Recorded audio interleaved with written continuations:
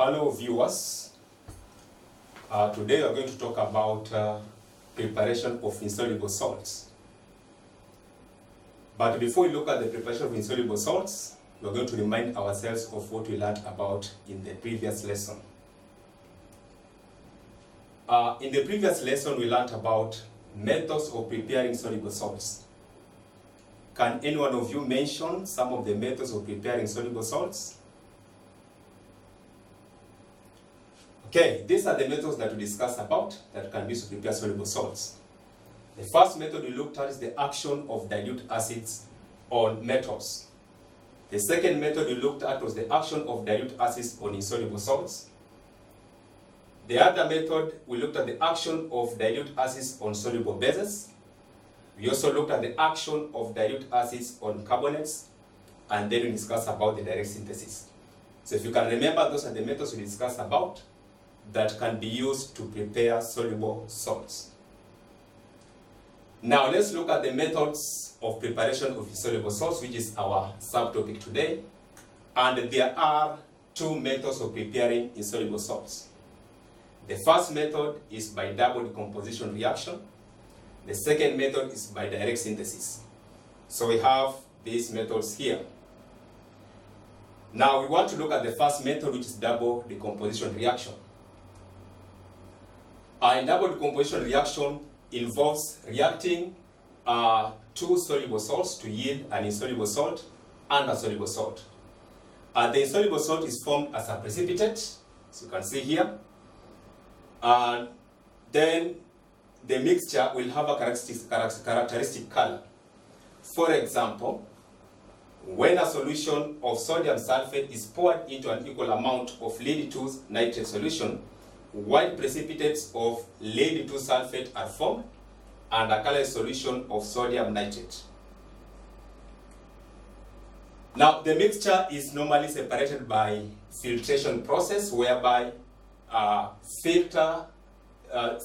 2 sulfate is trapped in the filter paper, fitted in the filter funnel as a residue, while the clear solution of sodium nitrate passes through and is collected in the beaker as filtrate. Now let's look at the steps that are involved in preparing insoluble salts. So in the first step, we look at two solutions of soluble substances or soluble salts being mixed together in a beaker. Then after mixing, we look at the second step. In the second step, the precipitate is filtered off. That is, the white precipitate of lead 2 sulfate that remains in the beaker is filtered off and trapped in the filter paper, as you can see in that diagrammatic representation, so that now the white precipitates are trapped in the filter paper. Then the clear solution of sodium nitrate passes through as filtrate into the beaker. Then you look at the third step. In the third step, or step number 3, the filtered precipitate, which is the residue, is normally washed with clean water or pure water to remove any impurities that may be there trapped in the precipitates. Then we look at the fourth step. In the fourth step, the insoluble salt is carefully scraped off the filter paper into the dish, then dried in the oven, or at times can also dry it between filter papers. Now let's look at the chemical equation that can lead the reaction between sodium sulfate solution and lead 2 nitrate solution. So when you react sodium sulfate and lead 2 nitrate, you find that the sodium ion and the lead ion will exchange their anions, so that now the sulfate anion will come in place of nitrate anion, while the nitrate anion will come in place of sulfate anion. So that we call it double decomposition, the exchange of the anions. So that in the products that are formed, we shall have sodium nitrate, that's the colorless solution as aqueous solution, then the white solid of lead 2 sulfate. So that is how the two soluble salts will react to yield a soluble salt and an insoluble salt, which is white precipitate of lead 2 sulfate. Now, here there is an activity for you to do, and I want you to write down the chemical equation for the reaction that will occur when these two solutions are reacted.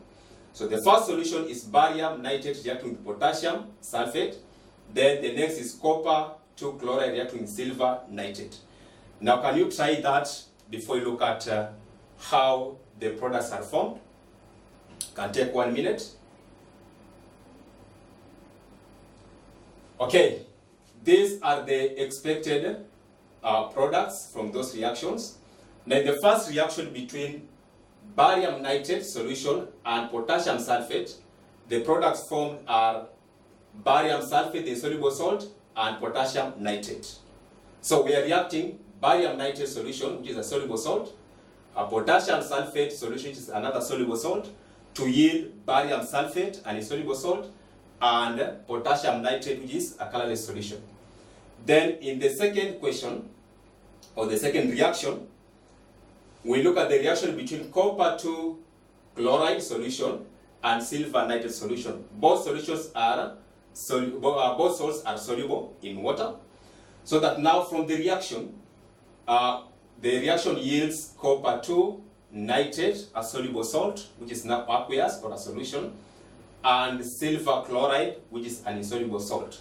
So you find that in these two reactions, just as we said earlier, when the two soluble salts react in the solution form, they yield insoluble salts and soluble salts.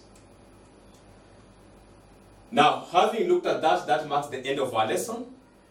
And next time when we meet, we shall discuss about the preparation of insoluble salt by using the second method, which is direct synthesis. That marks the end of the lesson. You can have a nice time.